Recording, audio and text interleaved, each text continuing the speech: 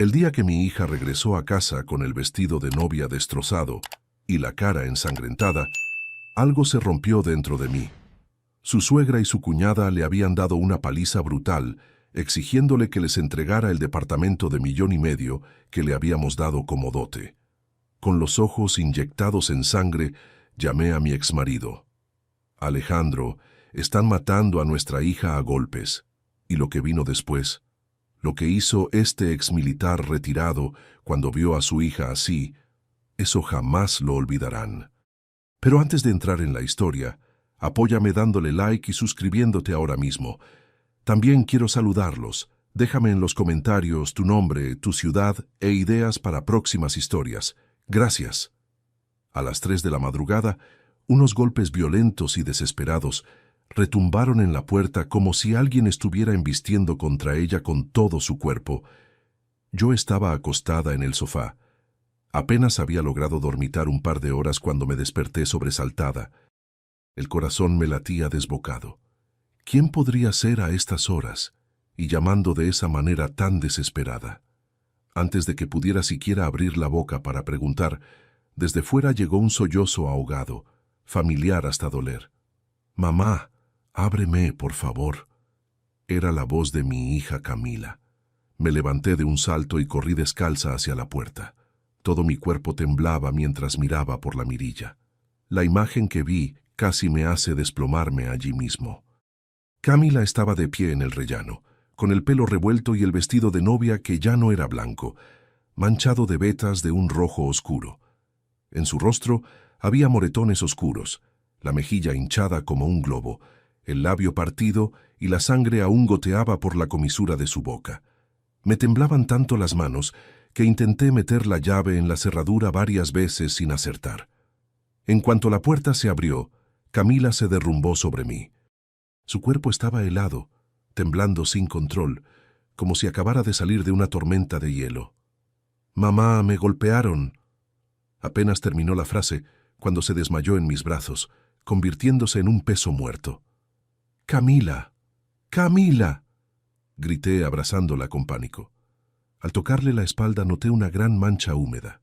Retiré la mano y al mirarla estaba cubierta de sangre. La cargué hasta el sofá, moviéndome con torpeza, con la mente en blanco. El rostro de mi hija estaba pálido, sus labios amoratados, una de sus mejillas terriblemente hinchada y apenas podía entreabrir los ojos. Temblando, cogí el teléfono para marcar emergencias. Justo en ese momento, Camila me agarró la mano con fuerza. «Mamá, no llames, no me lleves al hospital». Me incliné sobre ella. «¿Cómo que no? Mira cómo estás. ¿Cómo vas a aguantar así?» Su voz era débil, entrecortada. «Dicen que si me atrevo a ir al hospital me matarán». Se me hizo un nudo en la garganta. «¿Quiénes?» Camila cerró los ojos con fuerza y las lágrimas brotaron. Mi suegra, doña Patricia, y la hermana de mi esposo, Rebeca. Solo oír esos nombres me provocó un escalofrío. Mi hija tragó saliva con la voz temblorosa, como si tuviera fiebre alta. Me golpearon entre las dos. Primero me dieron puñetazos, luego usaron perchas y cinturones. Me exigieron que pusiera a su nombre el departamento de $1,500,000 o me matarían a golpes. Al oírlo, sentí un zumbido en los oídos y todo me dio vueltas. $1,500,000. Era el departamento que estaba a nombre de Camila en la colonia Polanco de Monterrey, el único bien que su padre le dejó después de nuestro divorcio hace 10 años. Ese departamento era el único respaldo para el futuro de mi hija. «¿Cómo es posible?», le pregunté con la voz ahogada mientras le limpiaba la sangre de la cara. «¿Pero no era hoy el día de tu boda?». Camila rompió a llorar sollozando de forma convulsa.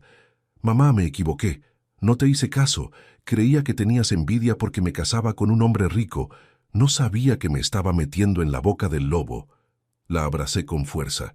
Camila hablaba despacio, con interrupciones, pero cada palabra era como un cuchillo que me desgarraba por dentro. Me contó todo. Después del banquete de bodas, su esposo Javier la llevó a la habitación nupcial y luego salió diciendo que tenía algo que hacer. Esperó casi media hora sola. Entonces su suegra irrumpió en la habitación seguida de la hermana de Javier y otras mujeres de la familia. 7 u 8 en total. Cerraron la puerta con llave. Antes de que Camila pudiera entender qué pasaba, doña Patricia la agarró del pelo y la estampó contra la cama. Me preguntó cuándo iba a poner el departamento a su nombre, susurró Camila. Le dije que era un bien que me habíais dejado mis padres, que no podía transferirlo. En cuanto lo dije, me abofeteó. Mi hija se ahogó, incapaz de respirar. Luego Rebeca, la hermana de Javier, me sujetó mientras doña Patricia me seguía golpeando. Me dieron puñetazos en la cara, en el estómago. Cuando me caí al suelo, usaron perchas de metal y cinturones. Sentí como si alguien me estuviera estrujando el corazón. Cada vez que me golpeaban, las otras mujeres contaban en voz alta y se reían. Continuó Camila, con la voz convertida en un hilo.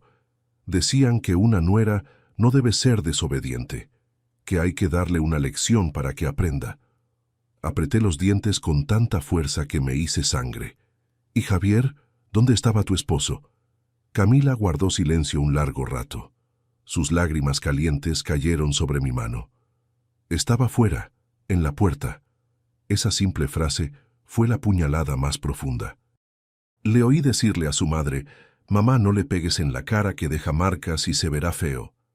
No pude contener un gemido ahogado. Dios mío. Camila sollozó.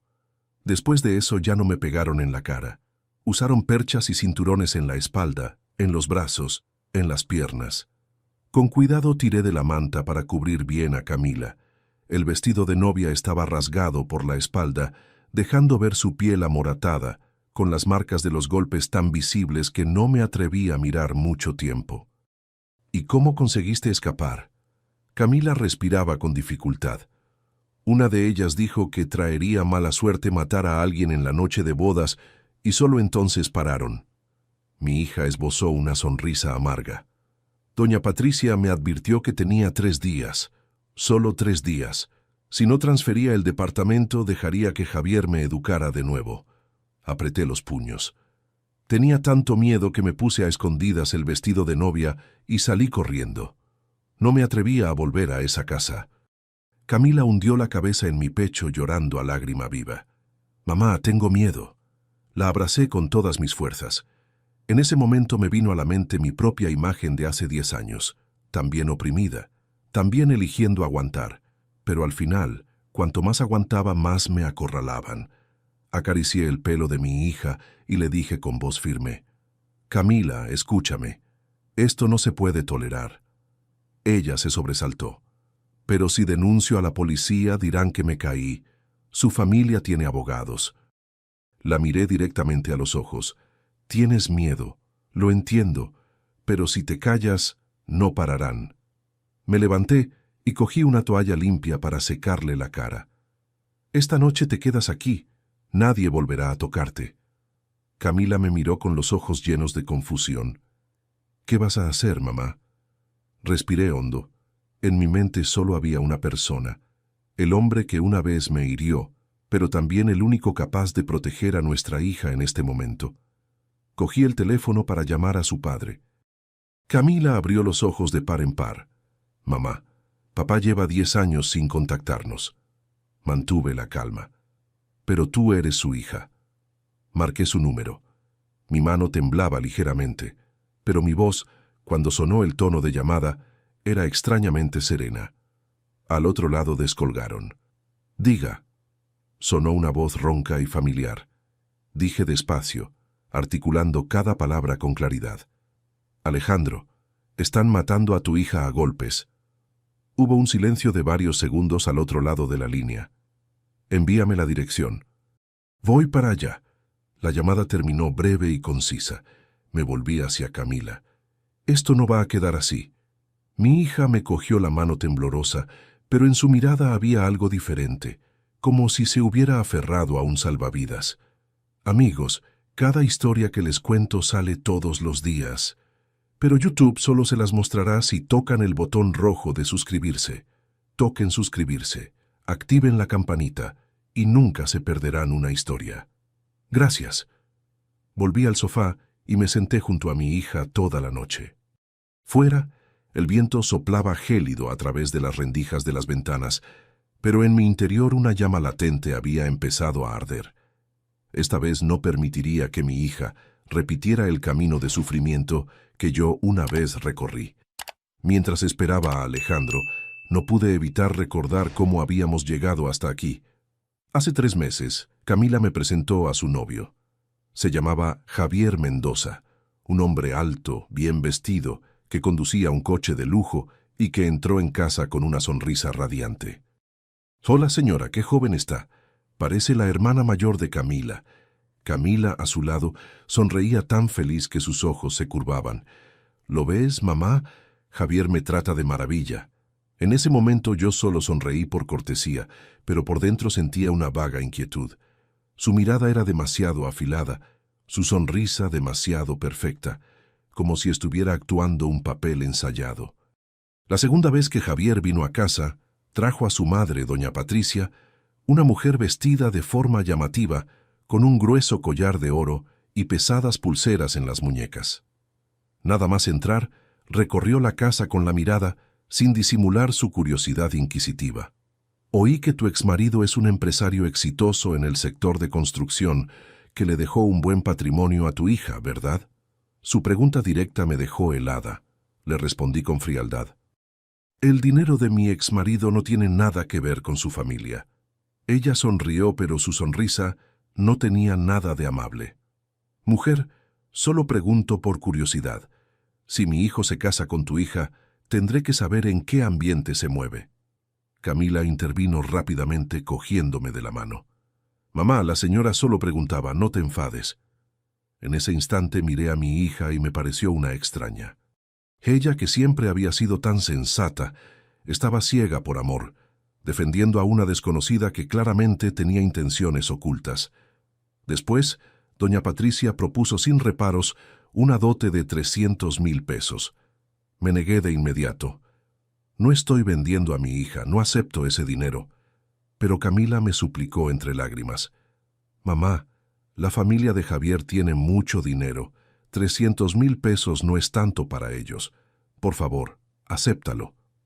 Al final cedí y lo rebajé a 150,000 con la condición de que el departamento a nombre de Camila no se tocara después del matrimonio. Doña Patricia sonrió de oreja a oreja, diciendo repetidamente: «Claro, claro, lo que diga la familia de la novia». Ahora, al recordarlo, me doy cuenta de lo evidente que era su codicia en ese momento.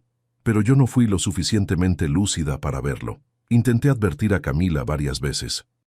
Le dije que no me gustaba esa familia, que sentía que algo no estaba bien. Pero ella se enfadaba conmigo. «Mamá, estás celosa porque nunca has tenido un matrimonio feliz. No quieres que yo sea feliz». Esas palabras me dolieron profundamente. Después de eso, guardé silencio. Pensé que tal vez mi hija tenía razón, que tal vez mis propias experiencias me habían vuelto demasiado desconfiada. El día de la boda, vi a Camila radiante con su vestido blanco. Se veía tan hermosa, tan llena de esperanzas. Cuando caminó hacia el altar del brazo de Javier, sentí un nudo en la garganta. Quería creer que me equivocaba, que mi hija sería feliz. Pero durante el banquete noté cosas extrañas. Doña Patricia no dejaba de mirar a Camila con una expresión que no era de cariño maternal, sino de triunfo, como si hubiera ganado algo. Rebeca, la hermana de Javier, tampoco fue amable con mi hija. Cada vez que Camila intentaba hablar con ella, Rebeca la miraba con desdén.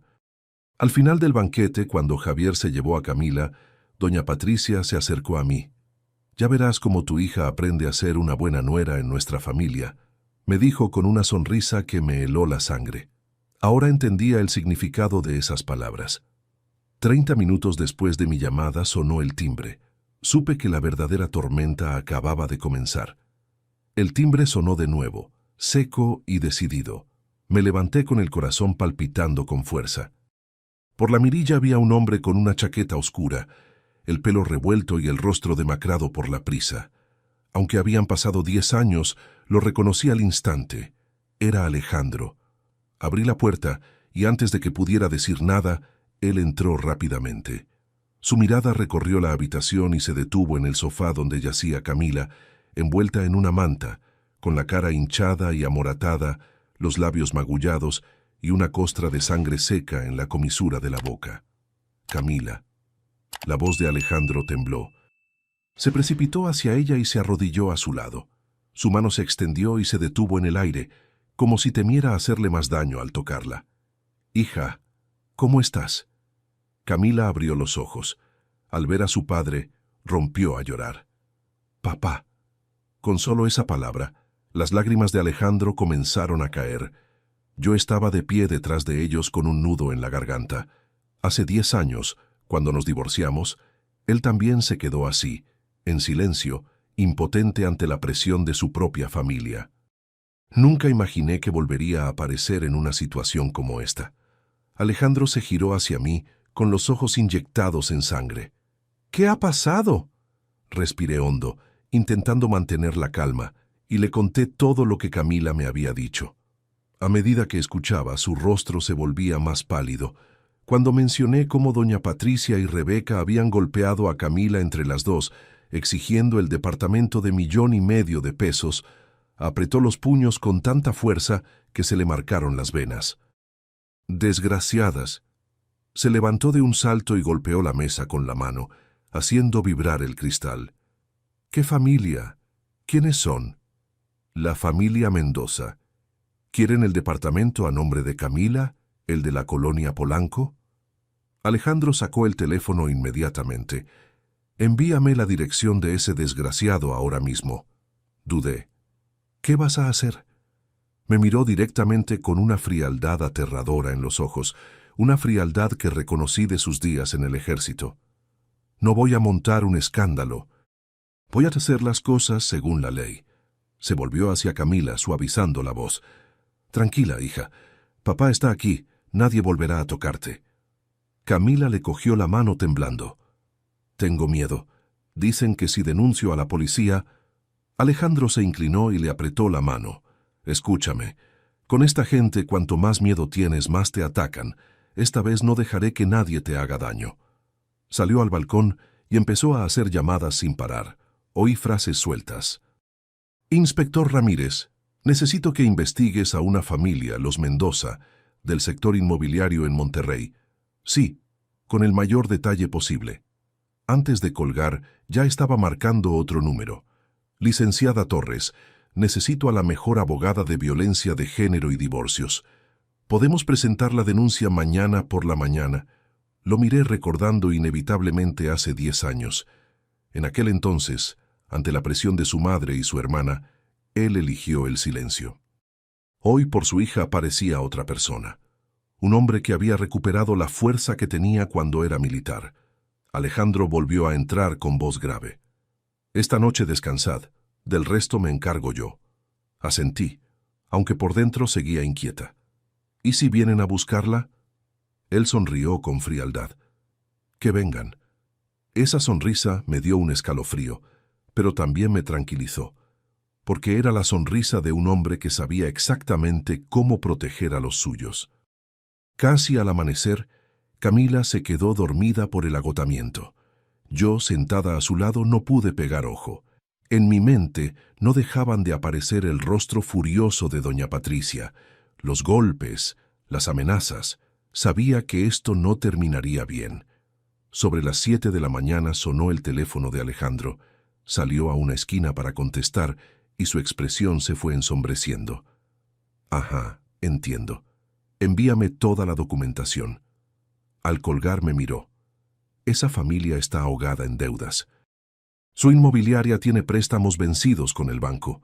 Están a punto de quebrar». Me quedé helada. «Entonces...» Él asintió. «No se casaron por amor, se casaron para robar». Esa frase me hizo estremecer. Justo en ese momento se oyeron gritos desde la calle. Salí al balcón a mirar. Abajo en la acera estaba doña Patricia gritando, flanqueada por Javier y varios familiares. «Camila, desvergonzada, baja aquí». Sus gritos estridentes hicieron que los vecinos empezaran a asomarse. Javier levantó la vista hacia el balcón. Cuando nos vio a Alejandro y a mí, su rostro cambió de color. Alejandro salió y se plantó firme, mirando hacia abajo con una frialdad glacial. ¿Ya has montado suficiente escándalo? Doña Patricia levantó la cabeza bruscamente. ¿Y tú quién eres? Alejandro respondió de forma escueta. Soy el padre de Camila. Ella se quedó paralizada un segundo y luego soltó una risa burlona. ¿Padre? ¿Qué padre? Tu hija engañó a mi hijo para casarse y ahora se atreve a volver a casa de su madre. Alejandro no se inmutó. Usted le dio una paliza brutal a mi hija con su otra hija y ahora tiene el descaro de venir aquí a hablar de moralidad. Doña Patricia palideció. Se calló sola, solo estaba educando a mi nuera. Alejandro levantó su teléfono. Tengo guardadas todas las fotos de sus lesiones. Si quiere, podemos llamar a la policía para que lo aclaremos. Javier dio un paso al frente. Señor, esto es un asunto de familia. No lo hagamos más grande. Alejandro lo miró fijamente. ¿Familia?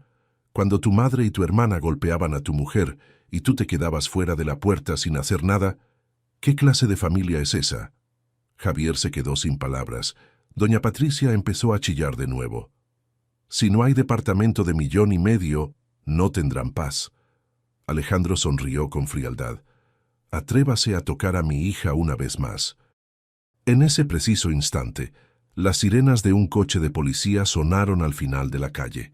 2 vehículos se detuvieron y varios agentes se bajaron, dirigiéndose directamente hacia el grupo. Hemos recibido un aviso por alteración del orden público. Doña Patricia se puso lívida. Yo solo venía a hablar. Un agente la miró fijamente. Gritar y amenazar no es hablar. Alejandro bajó y le entregó el teléfono a un policía. Estas son las fotos de las lesiones que sufrió mi hija anoche en su noche de bodas. El ambiente cambió de inmediato. Javier retrocedió con el rostro pálido como el papel. Yo, desde el balcón, me aferraba a la barandilla sintiendo una mezcla de miedo y alivio. Sabía que a partir de ese momento, la rueda del destino había empezado a girar en otra dirección. Camila se despertó y se acercó a mi lado. Miró hacia abajo temblando. «Mamá, tengo miedo». La abracé. «No tengas miedo. Esto no ha hecho más que empezar». El ambiente en la calle se volvió denso con la llegada de la policía. Doña Patricia, que no paraba de gritar, se cayó de golpe con la boca abierta, pero sin emitir sonido. Javier, detrás de su madre, estaba pálido como un muerto, con los puños apretados como si intentara mantenerse en pie. Los familiares que antes jaleaban, ahora se apartaban sin atreverse a mirar de frente. Un agente miró a su alrededor y preguntó con voz severa, «¿Quién es la persona agredida?» Alejandro se giró y llamó, «Camila, baja». Apreté la mano de mi hija. «No tienes que bajar si no estás preparada». Alejandro asintió y se dirigió de nuevo a la policía. «Mi hija tiene lesiones graves. Les entregaré el parte médico y las fotografías, pero exijo que se levante acta aquí mismo». El agente asintió. «De acuerdo, por favor, colaboren». Tomaron notas, hicieron fotos, preguntaron cada detalle. Yo, desde el balcón, observaba con el corazón aún acelerado, pero ya sin el pánico inicial. Veía claramente que las tornas habían cambiado. Doña Patricia cambió su tono de los gritos a los lamentos. «Agente, es solo un asunto de familia, una pequeña lección a la nuera». Un policía la interrumpió. «Educar no incluye causar lesiones físicas. Hable menos». Javier se adelantó bajando la voz. «Señor agente, mi mujer se cayó de verdad». Alejandro dijo con frialdad, «Cállate. Cuando la golpeaban te quedaste fuera de la puerta. Ahora dices que se cayó». Javier bajó la cabeza sin responder. Finalmente, la policía requirió a doña Patricia, a Rebeca y a Javier que los acompañaran a la comisaría. Mientras los subían al coche, doña Patricia se giró y miró hacia el balcón con una expresión de odio y pánico. «Camila, recuérdalo. Esto no ha acabado». Alejandro se mantuvo firme con voz cortante. «Usted debería preocuparse primero por sí misma». El coche se alejó, dejando atrás solo las miradas curiosas de los vecinos. La puerta de nuestra casa se cerró y el silencio se hizo extrañamente pesado. Camila se sentó en el sofá como si se le hubieran agotado las fuerzas. Temblaba, pero en sus ojos había un destello nuevo. Ya no era solo miedo. Mamá, hice mal. Me senté a su lado y la abracé. Hiciste mal en no confiar en tu instinto y en no confiar en mí, pero no hiciste mal al elegir protegerte. Camila asintió y las lágrimas rodaron por sus mejillas. Alejandro acercó una silla y se sentó frente a nosotras con voz grave. Camila, escucha a tu padre. Esta mañana vamos a hacer 3 cosas. Ella levantó la vista. ¿3 cosas? Primero, ir a que un médico forense certifique tus lesiones. Segundo, presentar una denuncia por violencia de género. Y tercero, presentar la demanda de divorcio. La última frase hizo que Camila se quedara helada. ¿Divorcio, papá? Alejandro la miró fijamente. ¿Acaso quieres volver a esa casa? Camila guardó silencio. Vi cómo le temblaban las manos. Es bueno tener miedo. Es lo correcto, dije yo. Un lugar que te da miedo no es un hogar. Añadí. Camila, yo una vez aguanté pensando que era por el bien de la familia. El resultado fue que perdí 10 años de mi vida. No quiero que repitas mi historia. Mi hija me miró a mí y luego a Alejandro. Después de un largo rato asintió. Haré lo que digáis. Esa mañana el cielo de Monterrey se cubrió y empezó a llover. Gotas pesadas caían sobre el asfalto gris. Llevamos a Camila al hospital para el reconocimiento médico.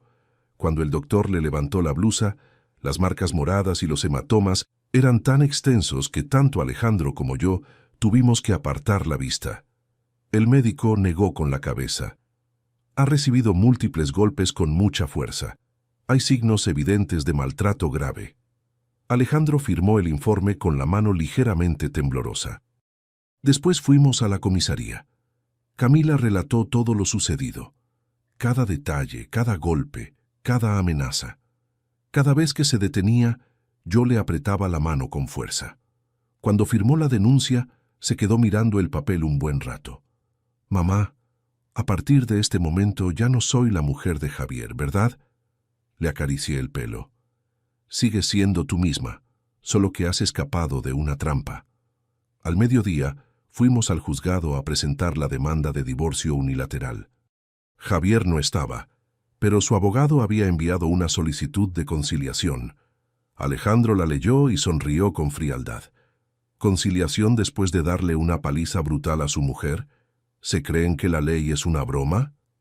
El abogado nos miró con voz contenida. La otra parte desea negociar. No hay nada que negociar, cortó Alejandro. Divorcio. Los bienes de mi hija se quedan como están. Además, solicitaremos una indemnización por daños morales. Miré a Camila. Ella respiró hondo y dijo con claridad, estoy de acuerdo con papá. Esa tarde mi teléfono no paró de sonar. Siempre números desconocidos.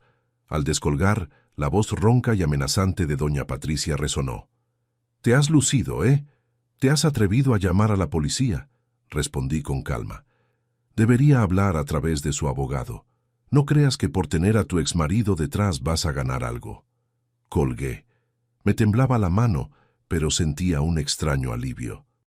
Sabía que el camino por delante estaría lleno de obstáculos, pero ya habíamos cruzado la línea más importante. Esa noche, Camila estaba en la cama y yo me senté a su lado. Susurró, «Mamá, si te hubiera hecho caso aquel día». Negué con la cabeza. «No hay sí. Lo importante es que ahora has despertado». Fuera, la lluvia seguía cayendo, pero en nuestra pequeña casa, por primera vez en días, sentí una frágil paz. Sabía que la familia Mendoza no se rendiría fácilmente. Y también sabía que la verdadera tormenta aún estaba por llegar. Esa noche, Camila durmió a intervalos. Se quedaba dormida un rato y se despertaba sobresaltada con la espalda empapada en sudor. Yo me sentaba junto a la cama con la mano en su hombro, y en cuanto se movía lo notaba. Cada vez le daba unas palmaditas y le susurraba, «Tranquila, mamá está aquí». Pero entendía que las heridas de la piel pueden sanar, pero las cicatrices del alma no son fáciles de borrar. Cerca de la medianoche mi teléfono vibró. Un número desconocido. Dudé unos segundos y contesté, «¿Diga?» Al otro lado hubo un breve silencio y luego la voz grave y fría de un hombre. ¿Es usted la madre de Camila? Soy yo. Soy el abogado de la familia Mendoza. Solté una risa amarga. ¿A estas horas para qué llama? La otra parte desea hablar en privado para evitar que el asunto se haga más grande. Miré a mi hija que dormía agitadamente. No hay nada que hablar en privado. Todo se resolverá ante la ley. La voz del hombre se suavizó. Debería reconsiderarlo. Si esto va a más, la reputación de Camila también se verá afectada. Apreté el teléfono. La reputación de mi hija la pisotearon ustedes en su noche de bodas. No use la palabra reputación para amenazarme. Colgué sin esperar respuesta.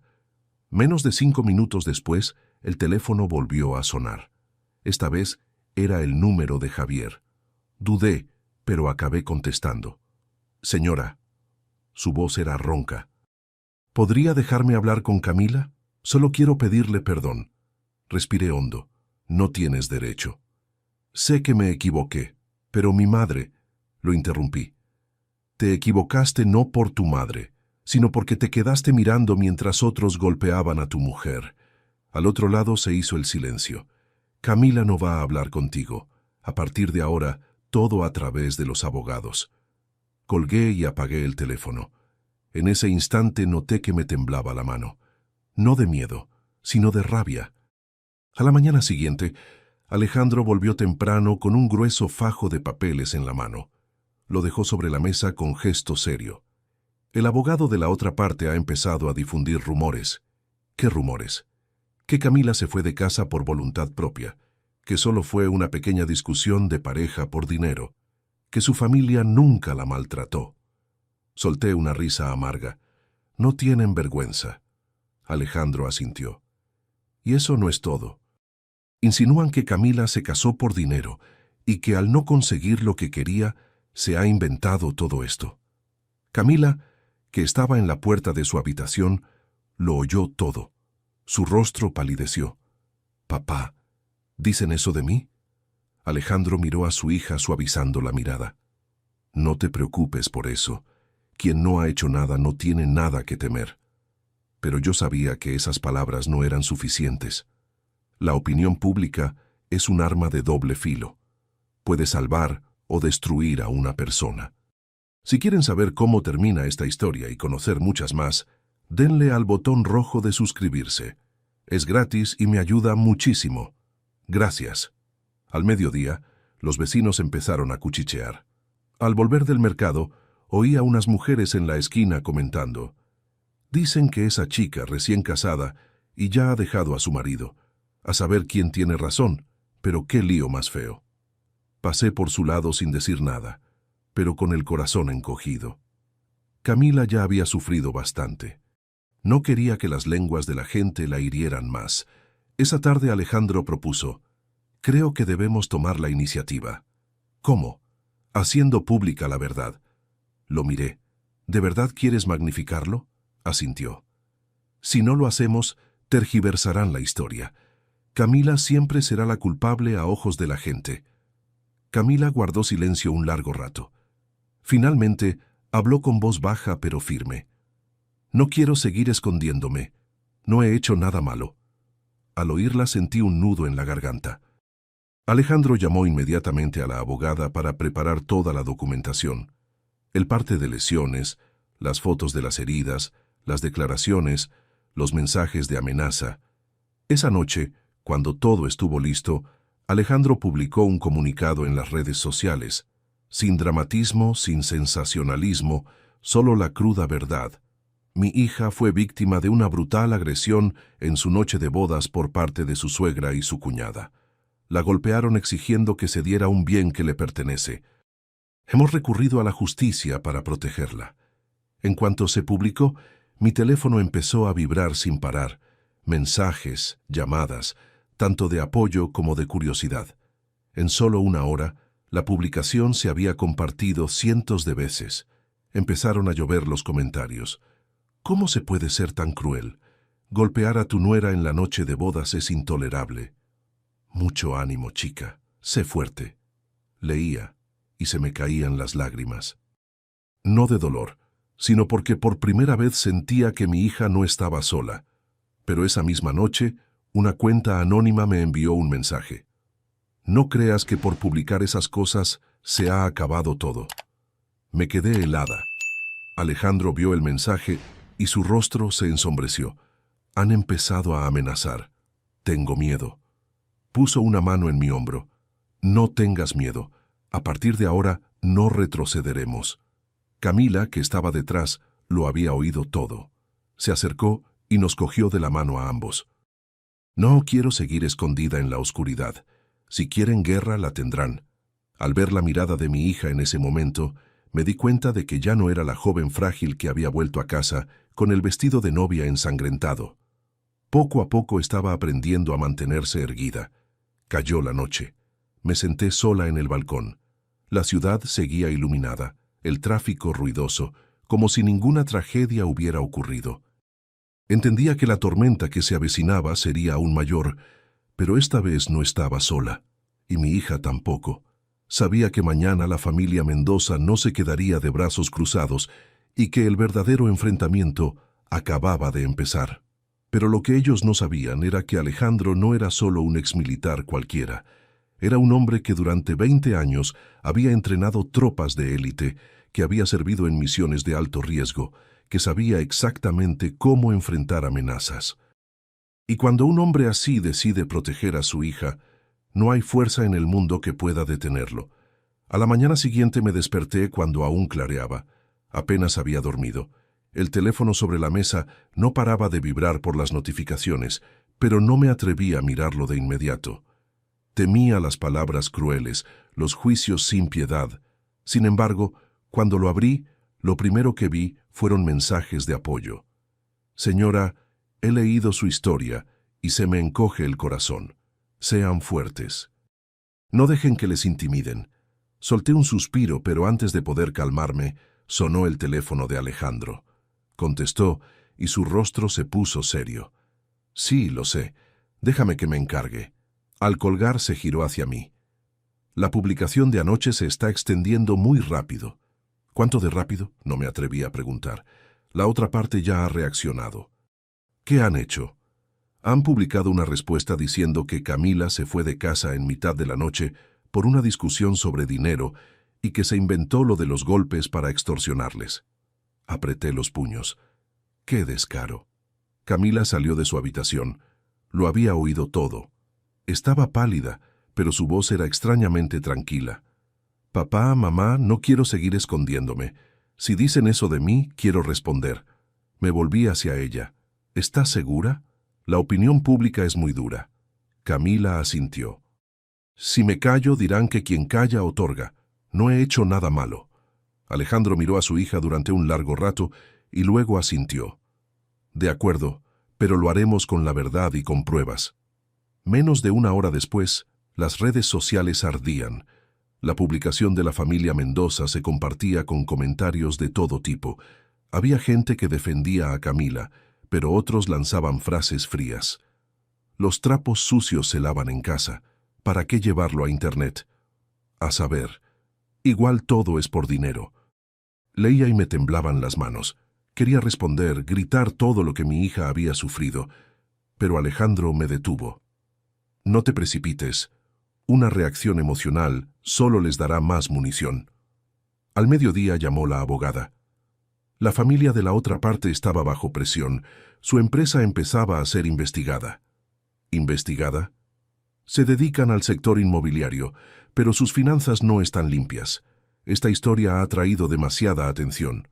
Alejandro sonrió con amargura, justo como esperaba. Esa tarde, Camila decidió escribir su propia publicación. No para atacar, sino para contar su historia. Se sentó frente al portátil y tecleó lentamente. Yo, de pie detrás, sentía cómo se me encogía el corazón con cada línea. Soy Camila. Creía que aguantando podría salvar mi matrimonio. Contó la noche de bodas, los golpes, el miedo de estar encerrada, la indiferencia de su marido, sin adornos, sin insultos, solo la verdad. Cuando la publicación apareció, contuve la respiración. En minutos, cientos de comentarios. Leer esto me pone los pelos de punta. Un marido que se queda callado es peor que el que golpea. Esta chica es muy valiente, pero también había comentarios maliciosos. ¿Y las pruebas? No hay que creer solo una versión. Camila los leyó con los ojos enrojecidos. La cogí de la mano. No tienes que responder a todo. Alejandro le pasó su teléfono. Es hora de mostrar las pruebas. La abogada publicó el parte de lesiones, las fotos de los hematomas, el acta policial. Todo claro, irrefutable. El ambiente en las redes cambió rápidamente. Los que dudaban callaron. Empezaron a aparecer disculpas. Perdón por juzgarte tan rápido. Es increíble, qué familia tan cruel. Por la noche recibí la llamada de un desconocido. ¿Es usted la madre de Camila? Sí. Soy periodista. Querríamos verificar la información. Miré a Alejandro. Él asintió. Estamos dispuestos a hablar, pero solo diremos la verdad. El artículo se publicó a última hora de la noche, sin titulares sensacionalistas. Simplemente relataba el caso desde una perspectiva legal. Pero fue suficiente. A la mañana siguiente, el nombre de la empresa de los Mendoza apareció en varios foros. La gente empezó a sacar a la luz proyectos retrasados, deudas bancarias. El teléfono de Alejandro sonó. Era Javier. Señor, lo que está haciendo es llevar a mi familia a la ruina. Alejandro respondió con frialdad. Fueron usted, su madre y su hermana quienes llevaron a mi hija a la ruina primero. Le ruego que me deje ver a Camila. Alejandro miró a su hija. Camila negó con la cabeza. No tengo nada más que hablar. Alejandro dijo tajante. Hable con los abogados. Al colgar, Camila se quedó sentada ausente. Mamá, no pensé que esto llegaría tan lejos. La abracé. Tú solo contaste la verdad. Si la verdad los destruye, no es culpa tuya. Pero lo que ninguno de nosotros sabía era que Alejandro había estado trabajando en algo más, algo que cambiaría todo. Esa noche, después de que Camila se fuera a dormir, Alejandro me llamó al balcón. Hay algo que necesitas saber. Lo miré con el corazón acelerado.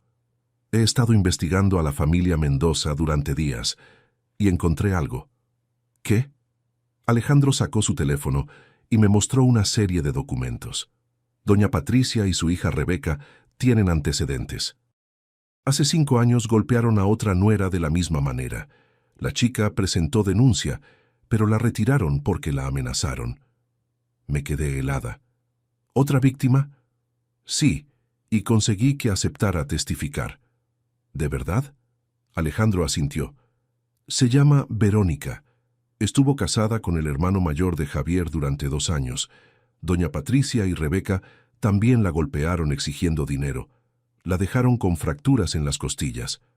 Me tapé la boca con la mano. Verónica aceptó venir a declarar. Dice que no puede seguir callando mientras esas mujeres destruyen vidas. Al día siguiente, cuando Verónica llegó a nuestra casa, Camila la miró con los ojos muy abiertos. Verónica era una mujer de unos 35 años, delgada, con una cicatriz visible en la ceja. «Tú eres Camila», dijo con voz suave. Mi hija asintió. «Siento mucho lo que te pasó. Yo también estuve donde tú estás». Camila empezó a llorar. «¿De verdad te golpearon igual?» Verónica asintió. «La misma noche de mi boda. Doña Patricia y Rebeca me encerraron en una habitación y me golpearon con cinturones y perchas. Querían que les diera el dinero de mi negocio». «¿Y qué hiciste?» «Al principio nada. Tenía miedo. Retiré la denuncia. Pero eso solo las hizo más agresivas. Siguieron golpeándome durante 2 años hasta que finalmente escapé». Camila la abrazó. «Lo siento mucho». Verónica le acarició el pelo. «No lo sientas. Esta vez vamos a detenerlas juntas». Cuando la abogada presentó el testimonio de Verónica ante el juzgado, todo cambió. La familia Mendoza ya no podía alegar que era un simple malentendido familiar. Había un patrón, una historia de violencia repetida. El fiscal tomó el caso con seriedad. Esa noche, cuando recibimos la noticia de que el juzgado había ordenado medidas cautelares contra doña Patricia y Rebeca, Camila respiró por primera vez con alivio. «Mamá, ¿de verdad va a terminar?», la abracé. «Sí, hija, va a terminar». Pero aún faltaba la revelación más impactante. Alejandro recibió una llamada del inspector Ramírez. Alejandro, encontramos algo más. Doña Patricia tiene una orden de arresto pendiente en Puebla por fraude inmobiliario. Alejandro se quedó inmóvil. ¿Qué? Sí, estafó a varias familias hace 10 años. Cambió de ciudad para escapar, pero la orden sigue activa. Al día siguiente, cuando la policía llegó a arrestar a doña Patricia, ella estaba en su casa. Gritó, lloró, suplicó.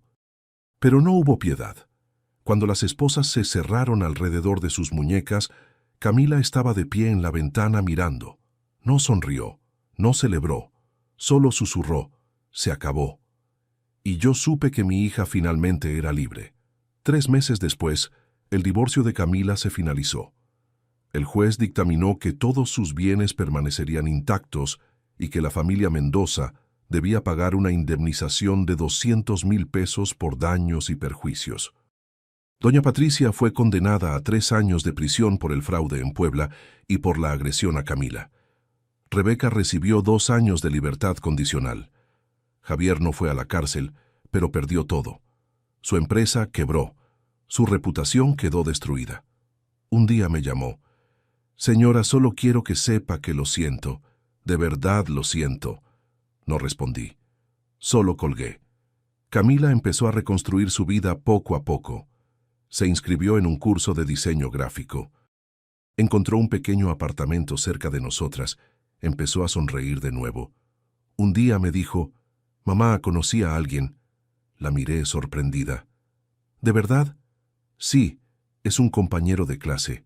Es amable y paciente». Y cuando le conté mi historia, solo me abrazó y me dijo que era valiente. Me quedé en silencio. «¿Tienes miedo?», le pregunté. «Sí, mucho, pero también tengo esperanza». La abracé. Eso es suficiente. Alejandro también se quedó en nuestras vidas. No volvimos a estar juntos como pareja, pero nos convertimos en aliados, en amigos, en padres que protegían a su hija. Una noche, sentados en el balcón, me dijo, «Hace 10 años, no fui lo suficientemente fuerte para protegerte a ti, pero esta vez no iba a fallarle a nuestra hija». Lo miré. «Hiciste más de lo que nadie podría haber pedido». Sonrió con tristeza. «Ojalá lo hubiera hecho antes». 1 año después, Camila se graduó de su curso. Consiguió un trabajo en una agencia de diseño importante. El día de su graduación estaba radiante con su diploma en la mano. «Mamá, papá, gracias por todo». Alejandro y yo nos miramos y supimos que todo había valido la pena, porque al final esta historia no era solo sobre justicia o venganza. Era sobre una madre que nunca dejó de luchar por su hija. Era sobre un padre que encontró el coraje de redimirse. Y era sobre una joven que aprendió que ser fuerte no significa no tener miedo. Significa enfrentar el miedo y seguir adelante. Hoy, cuando miro a Camila, veo a una mujer completa. Una mujer que lleva cicatrices, sí, pero que también lleva sabiduría. Y si pudiera darles un consejo a todos los que escuchan esta historia, sería este. Nunca permitan que el miedo los silencie. Nunca permitan que otros los hagan sentir que no merecen ser defendidos. Y nunca, jamás, permitan que alguien les quite su dignidad. Porque al final, la verdadera fuerza no está en los puños que golpean. Está en el corazón que se atreve a levantarse una vez más. Si te gustó esta historia, haz clic en suscríbete y cuéntame en los comentarios qué parte te impresionó más. ¿El marido merecía perdón? Dime sí o no abajo. Mañana hay más historias. Nos vemos allí. Esta narrativa tiene como único propósito inspirar reflexión sobre las relaciones familiares, la importancia de la honestidad emocional, el perdón y el valor del tiempo. No debe interpretarse como consejo médico, psicológico o de ningún otro tipo profesional. Si estás enfrentando una enfermedad grave, conflictos familiares o situaciones emocionales difíciles, busca el apoyo de profesionales cualificados como médicos, terapeutas o consejeros. Este contenido es apto para todo público y cumple con las directrices de contenido familiar de YouTube.